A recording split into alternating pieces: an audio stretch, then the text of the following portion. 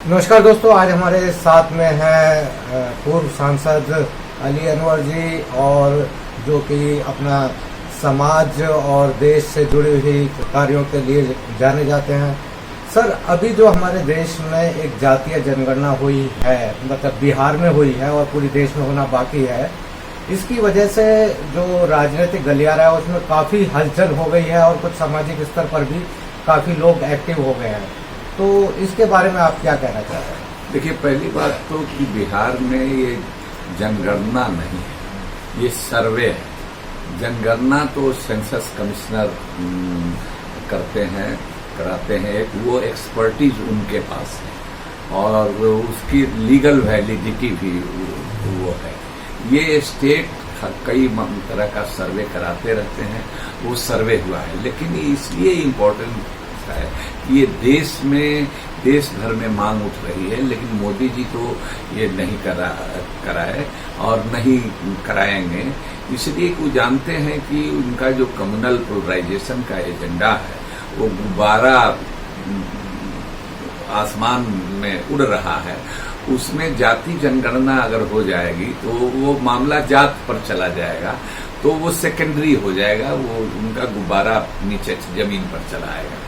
इस डर से वो जाति जनगणना नहीं कराते हैं। लेकिन बिहार का ये जो मैसेज है, पूरे देश में इसको लेकर के हलचल है, सरगर्मी है और ये मांग जोर पकड़ने लगी। जो पहले कहा जाता था, जैसे मान लीजिए लोहिया जी कहते थे कि 100 में 60 की बात करते थे, कांसी राम जी 100 में 85 की बात करते थे, जगदेव प्रसाद तो थे, शहीद जगदेव प्रसाद बिहार में थे, तो उन्होंने तो कहा कि 100 में 90 भाग हमारा, 100 में 90।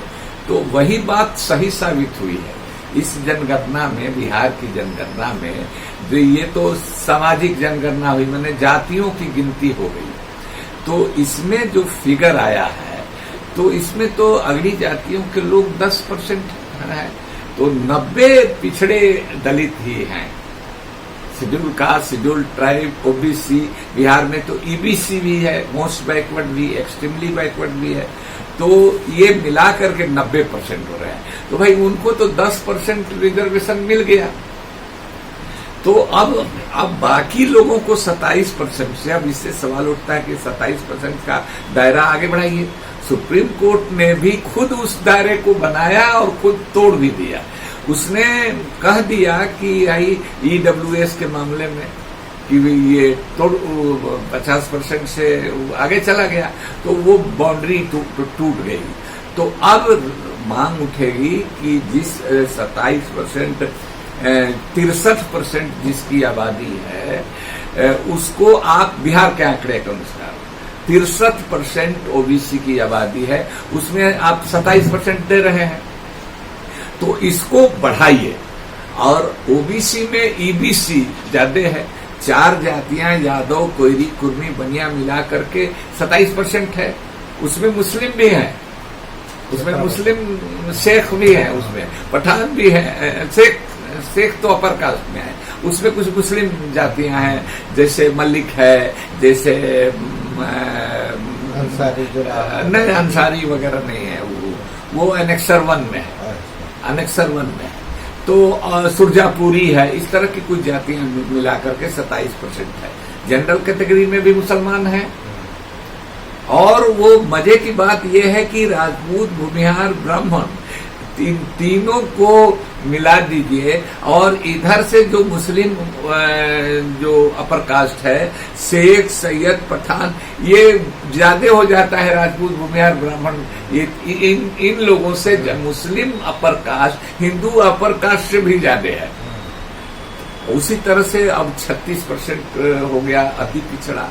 तो बिहार में तो पिछड़ा और अति पिछड़ा 2 भागों में ओबीसी बटा हुआ है, पहले से बटा हुआ है। अब ये पूरे देश में मांग उठेगी, और ये भी मांग उठेगी कि सरकारी नौकरियां, तो अब 1.5 करोड़ सरकारी नौकरी है कुल मिलाकर के, तो उसमें कितना भी आरक्षण दीजिए, तो आप 27% अभी तक मिल रहा था, मान लीजिए बढ़ा भी दीजिएगा तो 1.5 करोड़ नौकरी में न होगा। तो 1.5 करोड़ नौकरी में अगली जात के लिए भी होगा, SC ST के लिए भी होगा, वो है भी रिजर्वेशन। तो अब जो लोग बढ़ाइए, और जो प्राइवेट सेक्टर है, वो मोदी जी के राज में तो धुआंधार जो पब्लिक सेक्टर को प्राइवेट सेक्टर के हाथ कौड़ियों के मोल बेचा जा रहा है। तो जब तक प्राइवेट सेक्टर में आरक्षण की बात नहीं होगी, तब तक इस आरक्षण जो अभी है वो बेमानी हो गया है, बेमतलब हो गया है, उतनी नौकरी ही नहीं है। तो ये सब सवाल है। तो बिहार की एक चिंगारी जो निकली है, भले टेक्निकली वो जनगणना, उसको सेंसस नहीं कहा जाएगा, लेकिन ये पूरे देश में उठेगी। मैं इस बात से गौरवान्वित हूँ, फख्र है मुझको कि हमने सबसे पहले 2009 में 18 दिसंबर को जाति जनगणना कराने का सवाल पार्लियामेंट में उठाया। 2010 में लालू यादव जी, शरद यादव जी, मुलायम सिंह जी, बीजेपी के गोपीनाथ मुंडे, अप्रैल महीने में इन लोगों ने उठाया। तो ये बड़े नेता थे, एक कंसेंसस बन गया, UPA 2 की सरकार थी, उनको मानना पड़े। लेकिन उसमें भी सबोताज हुआ। जो सेंसस के लिए एक एक्ट है पार्लियामेंट का 1950 का, उससे डीलिंग करके अनस्किल्ड लोगों से, NGO से वगैरह से करा दिया। तो उसका नतीजा नहीं आया। हालांकि हम लोग आज भी मांग कर रहे हैं कि 11 वाला जनगणना का जो भी टूटा फूटा आंकड़ा है वो हमको दिखाइए। तो मोदी जी दिखाए नहीं, कांग्रेस ने भी नहीं दिखाया। तो अब हम लोग इस बात की मांग करेंगे, और एक ताकत मिल गई। और खास करके पसमानदा मुसलमान जो हम कहते थे, जो बात की 100 में 80 हम लोग हैं, तो वो बात भी साबित हो गई इससे।